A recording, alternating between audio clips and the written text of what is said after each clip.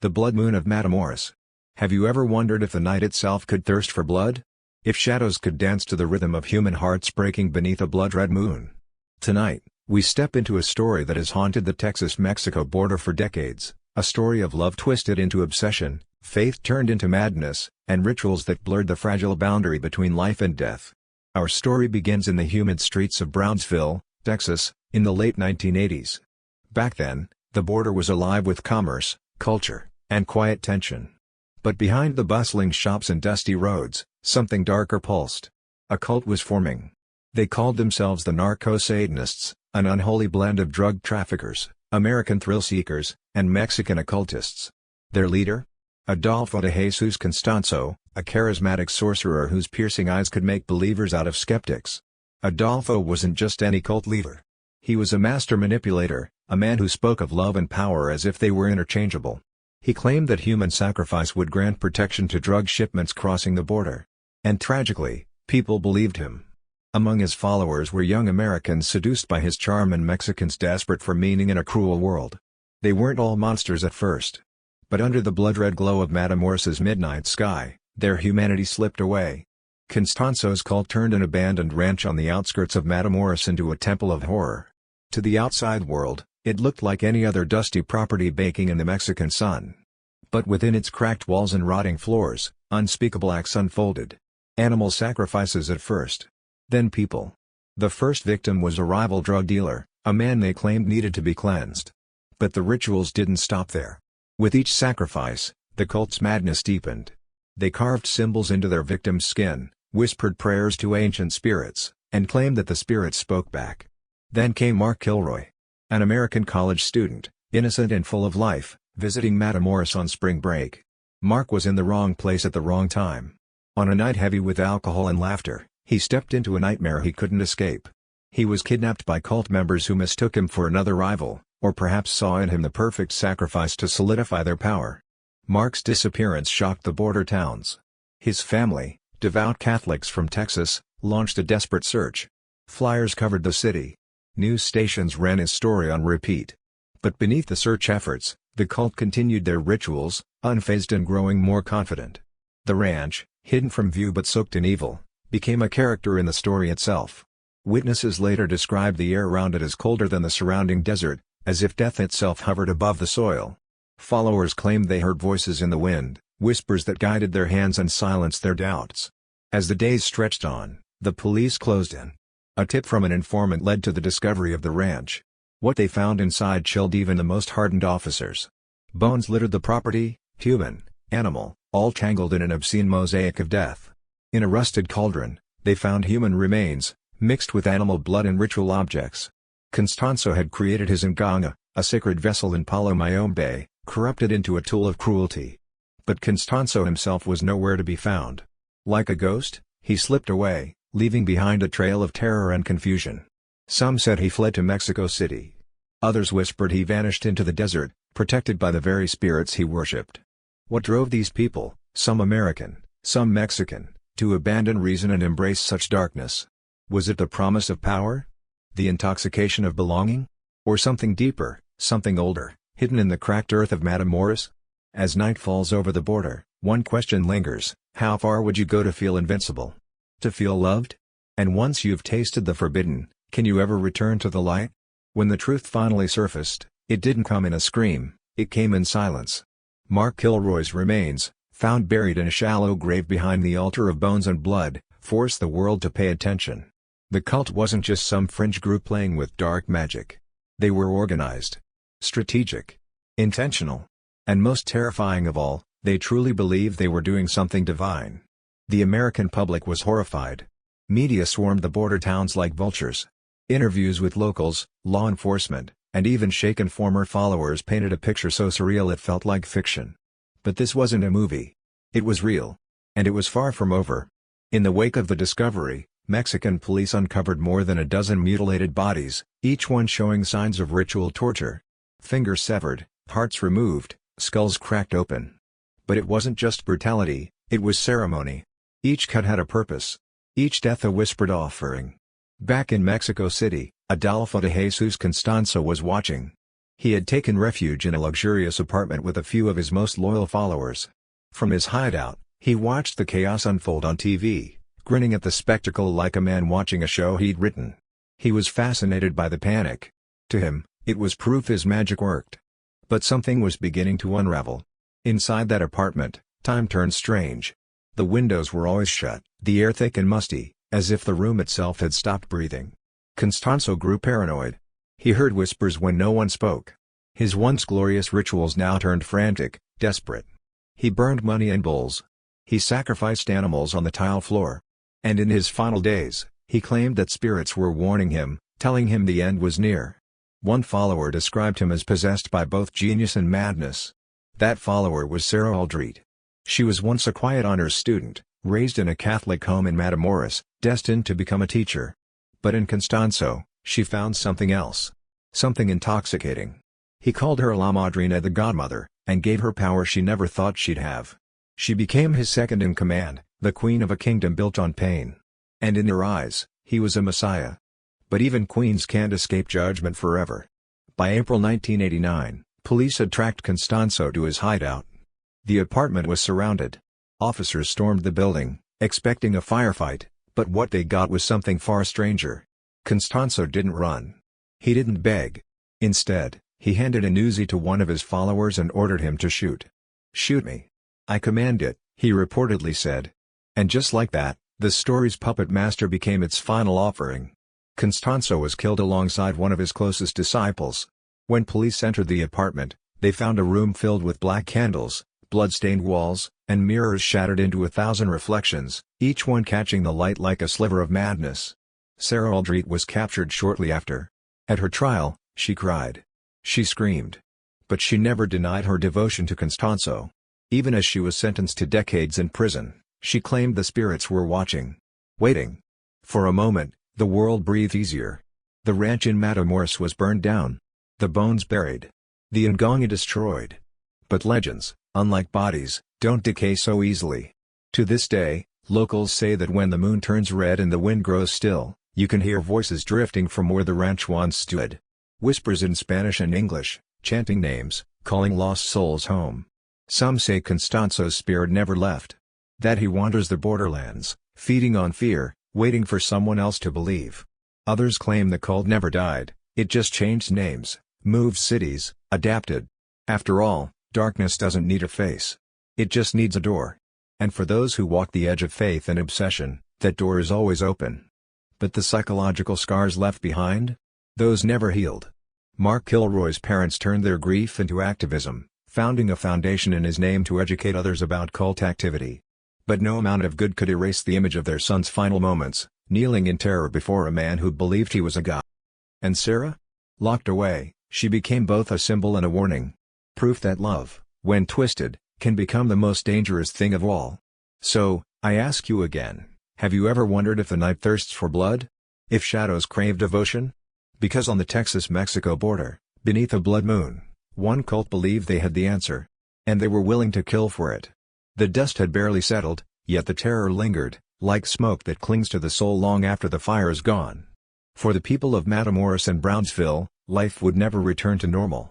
The case of the narco-Satanists left scars not only in the ground where they buried their victims but also deep within the hearts of those who lived through those dark days. But the story didn't end with the death of Adolfo Constanzo. If anything, his legend only grew. In the years that followed, whispers about him turned into ghost stories, then into urban legends. Some said his spirit still walked the border at night, invisibly yet ever present, watching, waiting for a new generation to answer his call. The ranch, though burned down, became a forbidden place. Teenagers dared each other to visit it under the light of a full moon, claiming to hear chants in the wind and see shadowy figures in the distance. No one stayed too long. Fear always found them first. Meanwhile, Sarah Aldrete, locked away in a Mexican prison, faded from the headlines but not from memory. She maintained that Constanzo's magic had been real, that their rituals had tapped into something ancient and hungry. Her cell became her sanctuary, where she wrote long letters describing her dreams where Constanzo whispered promises of freedom and power, just beyond the bars of her confinement. And then there were the imitators. Small cults sprouted in the shadows of Mexico and the U.S., inspired by the bloody spectacle of the narco-Satanists. Some were merely lost souls playing at darkness, But others, more dangerously, believed. They carried out sacrifices, smaller in scale but no less horrifying in intention. Law enforcement struggled to keep up, battling an enemy that hid behind myths and fear. For Mark Kilroy's family, the nightmare transformed into a mission. They dedicated their lives to warning others, speaking at colleges and churches about the seductive danger of cults. But even they admitted that some questions would never be answered. Why Mark? Why that night? And could it happen again? In the broader story of human darkness, the blood moon of Matamoros stands out not just for its cruelty, but for its complexity. It was not merely a story of crime, but of belief gone wrong. People didn't kill for money alone, they killed for meaning, for love, for a sense of belonging in a world that had abandoned them. And that's what makes this tale so chilling. Because at its core, it's about something we all feel, the longing to be seen, to be powerful, to be part of something bigger. Constanzo offered his followers all of that, wrapped in ancient rituals and empty promises. They followed him willingly into the darkness. But the deeper they went, the harder it became to find the way back. Even now, decades later, the case holds a legendary grip on both sides of the border. Filmmakers, writers, and podcasters revisit it, searching for meaning in its madness. Tourists ask locals about the cult, hoping to hear something chilling. And somewhere out in the desert, beneath a sky that still bleeds red some nights, there are those who wonder if the story is truly over. Maybe it never will be. Because what Constanzo created wasn't just a cult. It was a story. A story that people can't stop telling. A story that warns us of what happens when love turns to control, when faith twists into violence, and when loneliness invites the darkness in.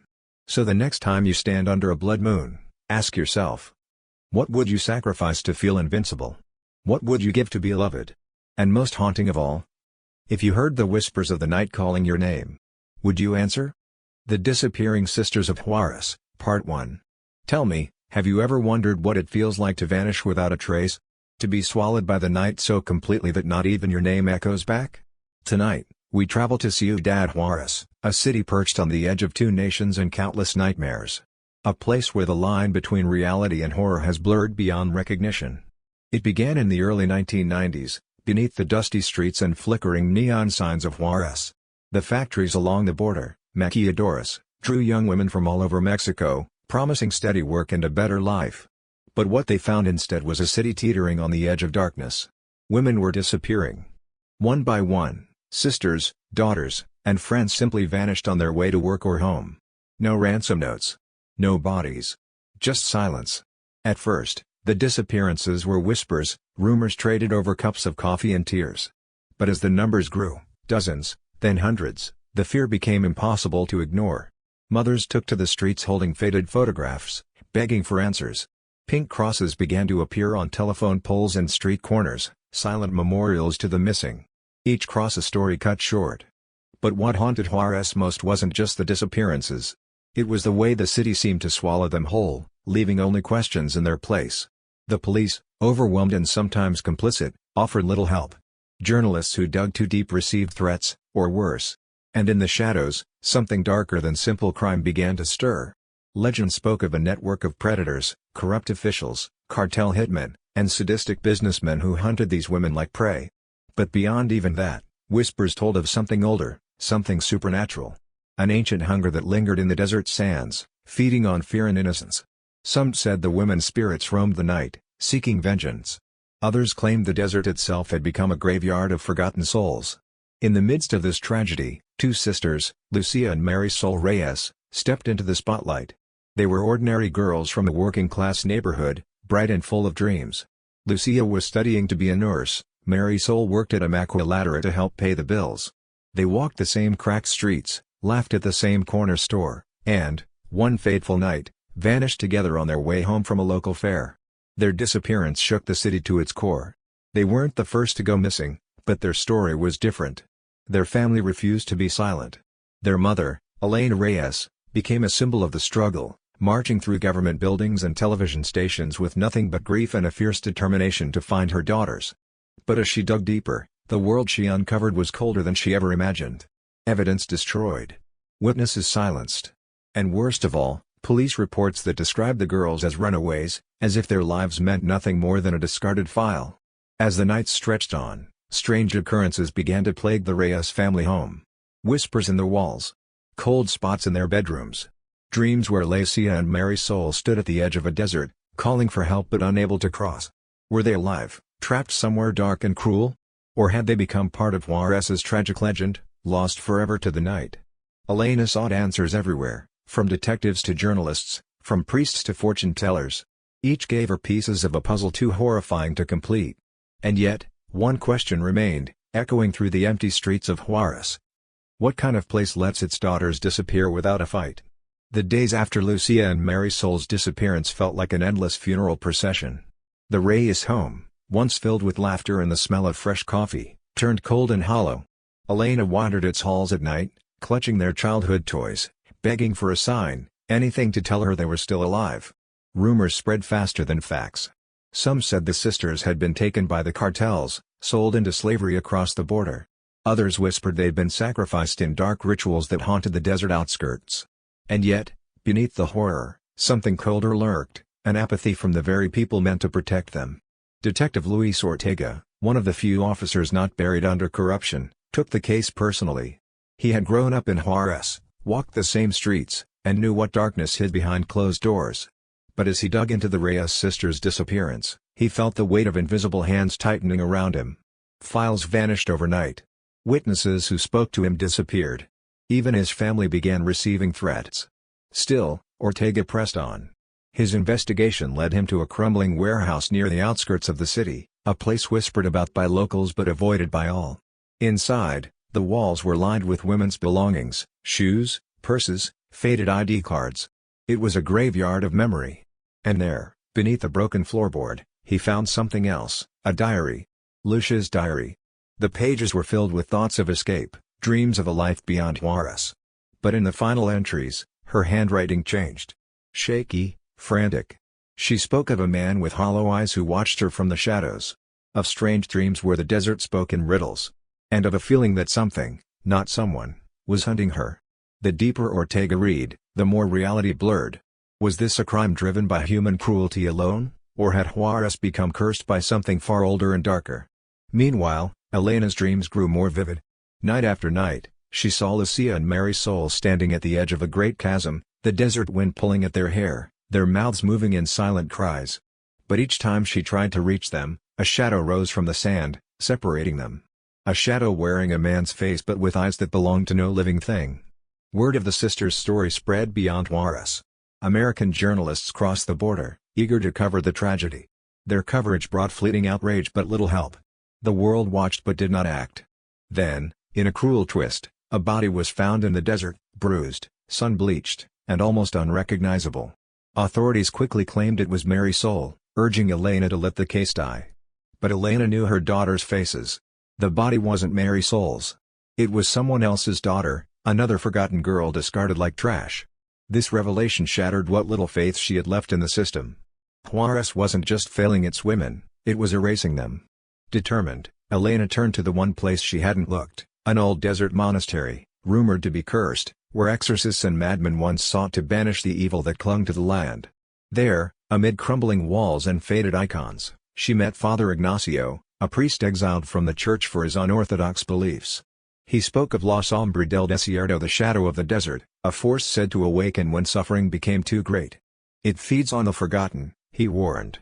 And your daughters? They are trapped in its grasp. Elena left the monastery with a new resolve. She would not wait for answers. She would face the desert herself. And as she stepped beyond the city limits, beneath a sky bleeding with twilight, the sound seemed to shift. Whispering. Waiting.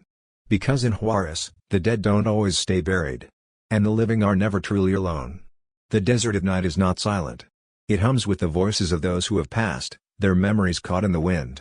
As Elena stepped deeper into the wasteland, guided only by a failing flashlight and the memory of her daughter's laughter, she felt the land itself watching her. Hours stretched like lifetimes. Heat gave way to cold, and the sky filled with stars that seemed too distant to care. Then she found it, a circle of stones blackened by fire, ancient symbols carved into the earth. Here, beneath the pale moonlight, the veil between worlds felt thin. And there she saw them. Lucia and Marisol, fragile, ghost-like, standing just beyond the circle. Their eyes met hers, filled with sadness but also something else, warning. Before Elena could step closer, the ground trembled, and from the darkness rose a shape she had only seen in her dreams. La sombra del desierto.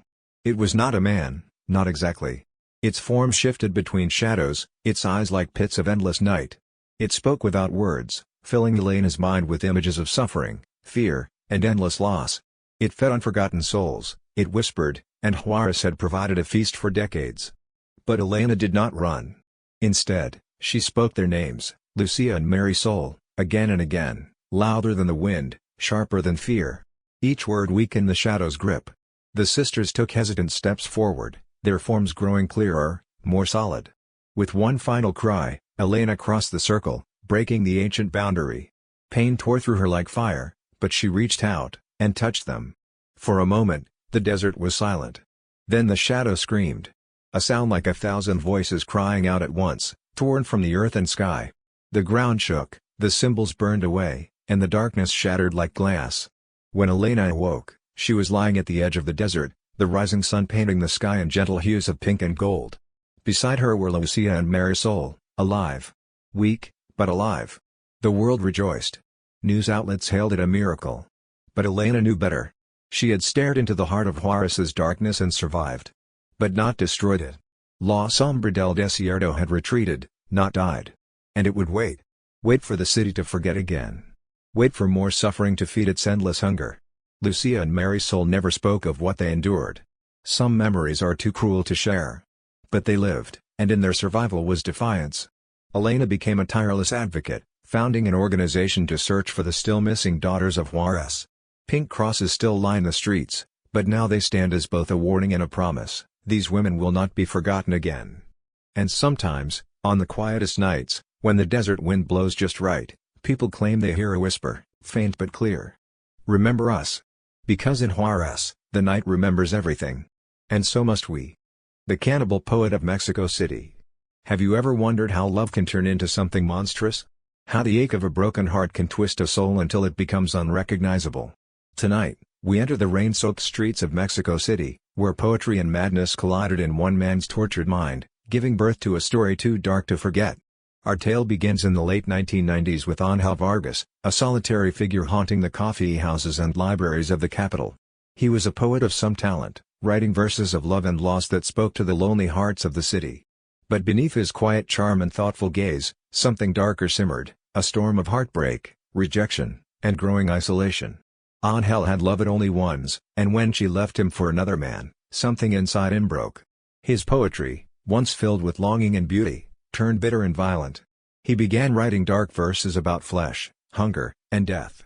Lines like, "I will consume you, bit by tender bit, until only your name remains, carved on my tongue." But poetry wasn't enough to quiet his demons. Not anymore. By 1999, young women began to vanish from the art scene in Mexico City. Street performers, aspiring writers, coffee shop waitresses. All of them disappeared without a trace. The only clue left behind? Blood-stained scraps of poetry tucked under their chairs or taped to alley walls, each signed AV. Police initially dismissed the cases as unrelated tragedies. After all, Mexico City was no stranger to crime. But as the bodies began to appear, dismembered, partially eaten, and posed in grotesque artistic displays, fear spread like wildfire. Angel's double life unfolded slowly. By day, he performed at open mics, his voice trembling with emotion as he read verses about love lost and madness gained. His audiences, captivated, never imagined that behind his melancholy smile hid a monster. By night, Ángel stalked the city's literary haunts, searching for new muses. He believed that consuming his victims would bring him closer to them, that by devouring their flesh he could absorb their beauty, their talent, their souls. It was, to him, the ultimate love poem, a union beyond death. He prepared elaborate dinners for himself alone, setting the table with fine linens and candles, reciting poetry as he ate his gruesome meals. It was a solitary, theatrical madness. But all obsessions unravel eventually. It was a young journalist, Sofia Ramirez, who finally connected the dots. Drawn by both fascination and horror, she attended one of Angel's readings and noticed a chilling familiarity in his verses, phrases lifted directly from the notes found at the crime scenes. She began to follow him, documenting his every move. What she uncovered was a man crumbling beneath the weight of his own darkness, barely able to separate reality from the tortured world he created in his mind. In the end, it was his need for an audience, For someone to witness his twisted genius, that led to his downfall. Late one stormy night, Sofia followed Angel to a small apartment in La Condesa. Through the rain-streaked window, she saw him preparing another performance, a final act of madness that would shock the city. But before she could stop him, Angel disappeared into the shadows, leaving behind only a blood-stained manuscript titled The Last Feast. Inside were his confessions, wrapped in poetry so haunting, so disturbingly beautiful, that even seasoned detectives felt a chill reading it. And so, Mexico City was left with a legend, a man who turned heartbreak into horror, whose verses still echo in the forgotten corners of the city. But some say Angel Vargas never truly disappeared. That he still walks the streets when the moon is full, whispering poems to the night, searching for his next muse.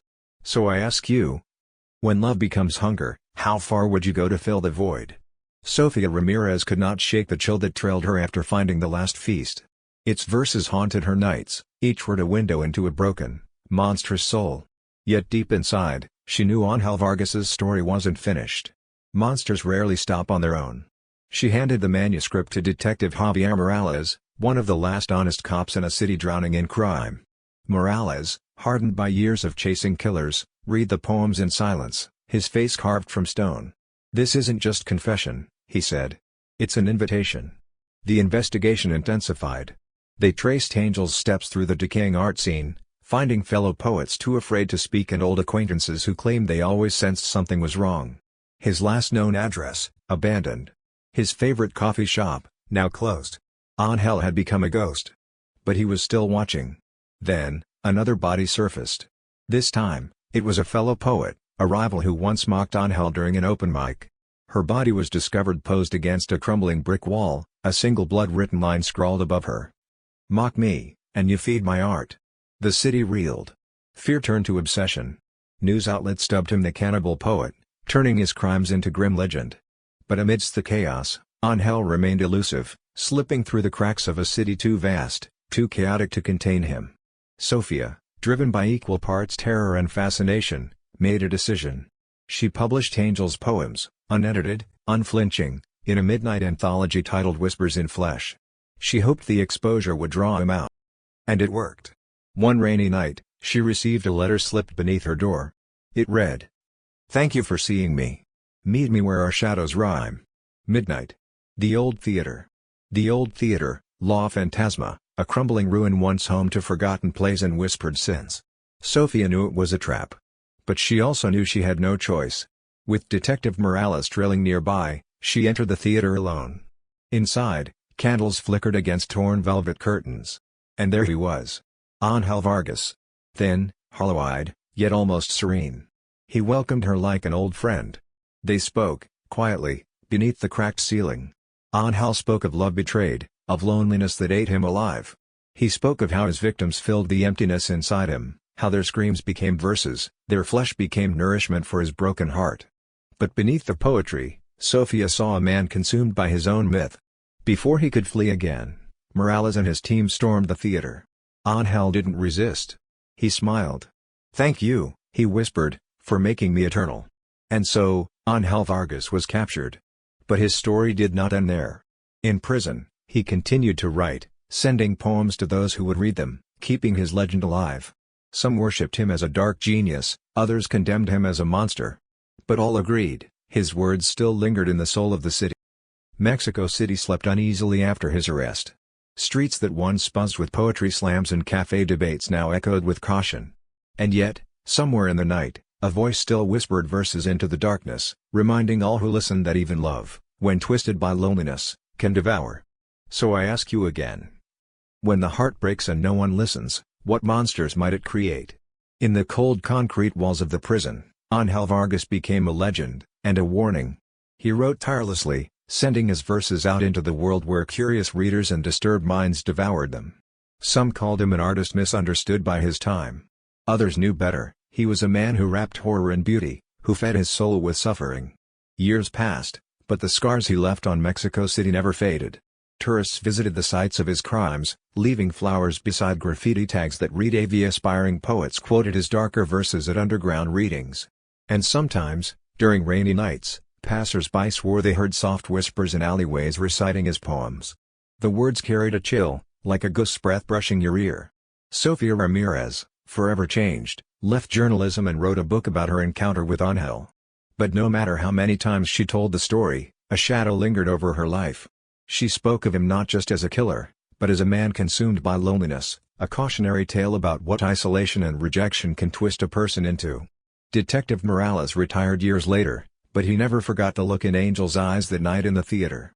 A look that said, "You caught me, but you'll never stop me from living in their minds." And indeed, Vargas remained alive in Mexico City's nightmares.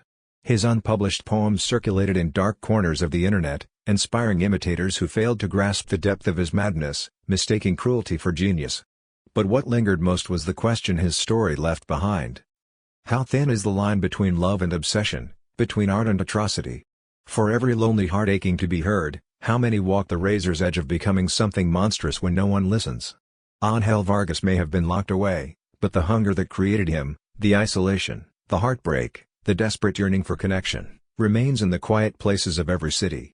And perhaps, late at night, when your own thoughts turn dark and your heart feels hollow, you'll hear a whisper not unlike his.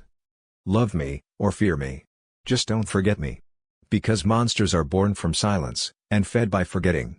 The Devil's Accountant of Guadalajara. Tell me something dark and intimate. What price would you pay for success? And what would you sacrifice to keep it? Tonight, we open the ledgers of greed, betrayal, and something far darker than ambition, something that walked in shadows and signed in blood.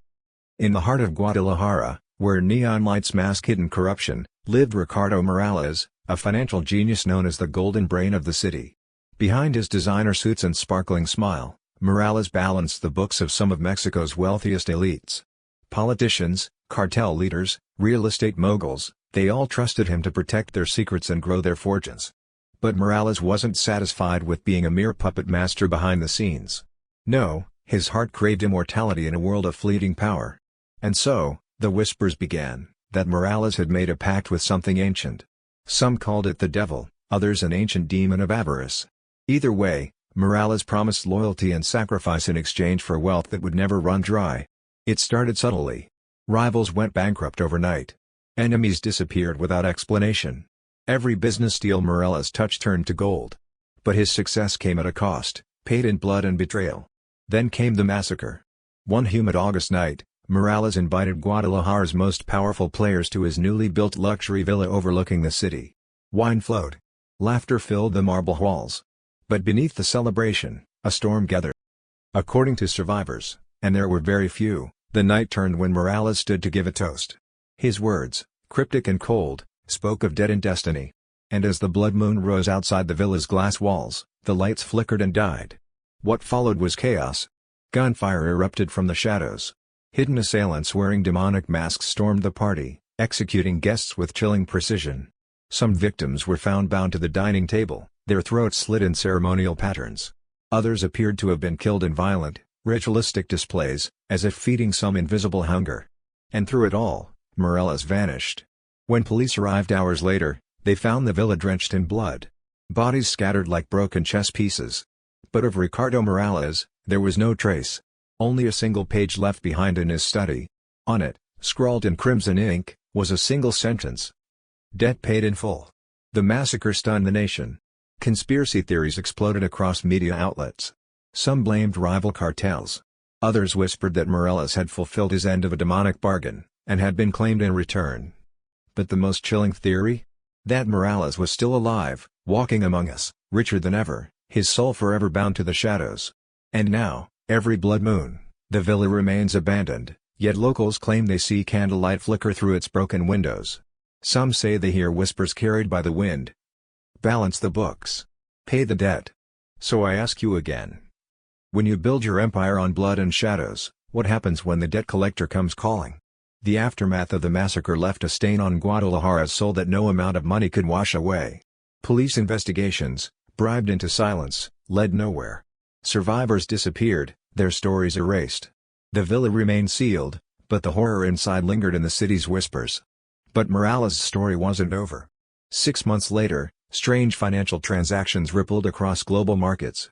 Bank accounts believed frozen after the massacre suddenly came alive, laundering millions through shadow corporations.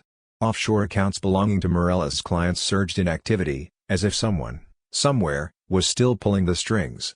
Detective Camilla Torres, a financial crimes investigator with little patience for legends, refused to believe in demons. But the paper trail told a darker story. Every lead she chased ended with dead informants or data wiped clean. Morales was gone, but his influence remained. Torres uncovered a hidden ledger buried in the files of a defunct trust fund in Switzerland. Its pages were filled with cryptic notes, strange symbols alongside names of Guadalajara's elite. And at the bottom, written in what appeared to be blood red ink, one phrase repeated over and over. The debt must be fed. Then, the murders began again. But this time, the victims weren't enemies. They were Morales' former allies. Business partners. Friends. One by one, they turned up dead, dismembered, burned, or hung in symbolic displays eerily similar to those found at the villa. Each crime scene contained the same message, scrawled on nearby surfaces. Balance the books. Panic swept through Guadalajara's elite. Private jets left in the dead of night. Mansions sold off and abandoned. But no one could outrun what was coming. Whispers grew louder in the back alleys and boardrooms. Some claimed Morales had returned, reborn through his pact. Others believed he had trained a successor, a collector of debts, who now enforced the demon's hunger. Torres, obsessed, followed the financial trail to an abandoned church on the outskirts of the city. There, beneath the cracked altar, she found a hidden vault. Inside, stacks of cash, ledgers of names, and a black mirror. When she touched its surface, a voice spoke, not aloud, but inside her mind. The debt remains. You found the ledger. Now you must balance it. Cold terror seized her. Was she the next collector? Had the curse passed to her? Before she could answer, the vault door slammed shut, locking her in darkness. And in that suffocating blackness, she realized what Morales had learned long ago. You don't escape the debt. You inherit it. Camilla Torres awoke hours later in the vault's cold darkness, her mind tangled between dread and clarity. The voice still whispered in her head, urging her to act, to balance the books. But she resisted. For now. When she was finally found, half delirious, clutching the bloodied ledger, her superiors thought she'd gone mad. They suspended her, filed her findings away, and warned her to keep silent. But Camilla knew the truth, the pact was alive, and she was now its unwilling keeper. She retreated from public life, hiding in a small coastal town. But peace never came. At night, she saw Morales in her dreams, his eyes hollow yet burning with cold satisfaction. He spoke in riddles. The debt rolls forward, Camilla. Your name is on the next page. And then the killings resumed. Quiet at first, an embezzler found drowned, a corrupt judge poisoned, but soon escalating. Camilla saw the pattern in the victims. All connected to the hidden wealth of Guadalajara's elite. Each death meticulously balanced, like entries in a cursed ledger. But the final revelation shattered her. The last name on the list was hers. The demon's bargain was complete. Morales had never escaped his fate, he had simply passed it on, as the debt demands a collector. And now, Camilla stood at the crossroads. Either complete the list, claim the last soul and free herself, or refuse, and let the demon take her instead. Under the next blood moon, she returned to the abandoned villa. Alone. There, in the ruins of Morales' former empire, she faced the black mirror once more. And in the silence, she spoke. No more debts. She shattered the mirror with a single blow. The air turned ice cold. Shadows screamed and recoiled. For a moment, the darkness seemed to collapse inward, folding in on itself, leaving only emptiness behind. When dawn broke, the villa was gone, as if it had never been there. Camilla stumbled away, her body broken but her soul intact. Guadalajara slowly healed. The murders stopped. But in the city's darkest corners, some say the dead is never truly gone. It merely sleeps, waiting for the next accountant foolish enough to open the books. And so, the legend remains, if you listen closely during the blood moon, you might still hear a faint whisper in the wind. Balance the books. Because greed, like debt, is eternal. The Haunted Hacienda Massacre. Have you ever wondered if places can remember pain? If the walls of an abandoned house can whisper the secrets of the blood spilled within them? Tonight, we journey to the outskirts of San Luis Potosí, where the ruins of an ancient hacienda hold a darkness that refuses to die. The Hacienda de la Rosa stood alone in the desert, its faded pink walls cracked and broken by time. Built in the 1800s by a wealthy Spanish family, it was a symbol of power, excess, and cruelty. Servants spoke of midnight rituals, secret chambers, and a family cursed by greed and betrayal. In 1923, during a night of celebration, Tragedy struck. The entire family and their guests, more than 30 souls, were found brutally murdered. Some bodies were found dismembered in the wine cellar, others hung from the rafters in grotesque poses, their faces frozen in terror. The only survivor was a child, Isabella, found hidden beneath the chapel floor, clutching a rosary and unable to speak a word for the rest of her life. The massacre shocked the nation, but no culprit was ever found. Locals whispered that the family's cruelty had invited something into their home, something not of this world. Some claimed to see a shadowy figure roaming the halls at night, others heard voices crying out in agony. Decades passed, and the hacienda was abandoned, left to rot beneath the blazing sun and creeping vines. But its story refused to fade. In 1994, a group of urban explorers broke into the ruins during a blood moon. Armed with cameras and bravado, they sought to uncover the truth behind the legends. What they found instead was terror beyond imagining. Their footage, recovered weeks later by local police, showed shadowy forms stalking the halls, whispering voices calling their names, and one by one, the group disappeared into the darkness. Only one man escaped, his mind shattered, his body scarred. He spoke of faces in the mirrors, rooms that shifted and changed, and a darkness that watched them. The hacienda was sealed once more. But the legend only grew. And in 2023, on the centennial anniversary of the massacre, another group planned to enter the hacienda, a paranormal investigation team hoping to live-stream their findings. What they didn't know was that the house had been waiting for them. Waiting to finish what it started. So I ask you, when a house becomes a graveyard, what happens when the past refuses to stay buried? The investigation team entered the hacienda on a night choked with fog. Cameras rolling, they crossed the decaying threshold where shadows clung to every corner. The air was cold, far colder than it should have been in the desert. Their lights flickered, their radios hissed with static. And then, the house greeted them. It began with voices, distant at first, then circling them, calling their names in hushed, mournful tones. Doors slammed without warning. Portraits wept tears of black ichor. The floors beneath them seemed to pulse like a living thing.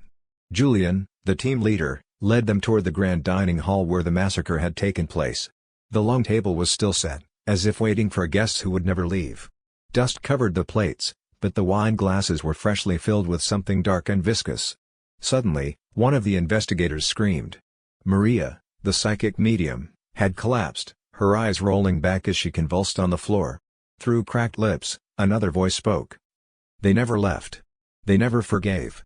The group struggled to revive her, but when she awoke, she was changed, her voice distant, her gaze hollow. She whispered of shadows watching them from behind the mirrors, of the murdered souls trapped in an endless loop of their final night. As the night deepened, the house played cruel tricks on them. Hallways shifted, rooms led nowhere, and clocks spun wildly backward. Each step they took felt like walking deeper into a nightmare. They found the chapel where Isabella had been hidden a century before. In its hollow silence, they discovered a small, rotting diary beneath the altar. Its pages detailed the family's descent into madness, their obsession with eternal life, the rituals they performed to summon La Sombra del Tiempo, a malevolent entity promising immortality in exchange for sacrifice. But something went wrong. Instead of granting them power, the entity cursed the hacienda, trapping every soul within its crumbling walls. The massacre had been the price. And now, the house demanded more. Suddenly, the walls shook. A deafening roar filled the chapel as the floor split open, revealing a dark void below. From the darkness, shadowy figures rose, faceless, hollow, and reaching for the living. The team fled in terror, but one by one, they were pulled into the darkness. Only Julian and Maria remained, racing through the collapsing halls as the house tried to consume them. As they reached the front door, Maria stopped. She turned to Julian with a sad smile and whispered, "Someone must stay." Before he could stop her, she stepped back into the darkness, the door slamming shut behind her. Julian escaped alone, falling onto the cold desert sand beneath a blood-red sky. He looked back at the hacienda, its windows glowing faintly, as if it were watching him. But the story wasn't over. For even now, the hacienda waits. So I ask you, when you step into a house built on suffering, will you find your way out? Or will you become part of its legend? Julian never spoke of what happened that night. He left Guadalajara, changed and broken, disappearing into the quiet corners of the world. But the legend of the Hacienda de la Rosa only grew. Over the years, others ventured into its decaying halls. Curious teenagers, thrill-seeking tourists, even professional ghost hunters. Some returned pale and silent. Others were never seen again. Locals began to report strange sightings. On stormy nights, candles flickered in the windows, casting shadows that danced like figures at a doomed masquerade. Some swore they heard laughter echoing across the desert, the same laughter from that night of slaughter a century ago. The house seemed to shift with time itself. Rooms appeared and disappeared. Clocks ran backward. Mirrors reflected impossible scenes. And in the dining hall, the long table remained set, waiting for new guests. In 2025, a documentary crew attempted to film the story. They found Julian living in obscurity. Old, tired, but still haunted. He warned them not to go. "The house isn't cursed," he said, his voice shaking. "It's hungry." Ignoring his plea, they entered the hacienda, and vanished. Only their cameras were found, the footage too distorted to reveal their fate. But one clip remained clear, a brief glimpse of Maria, standing at the head of the table, smiling as she welcomed them. She hadn't aged a day. To this day, no one knows what truly happened that night in 1923, or how many souls the hacienda has claimed since. But the stories remain, passed down through generations. And they all end the same way. When the blood moon rises, the house awakens. And those who enter, never leave the same. So if you ever find yourself on the outskirts of San Luis Potosí, and you see a crumbling pink estate in the distance, I ask you, will you keep walking? Or will you knock on the door? And take your seat at the table?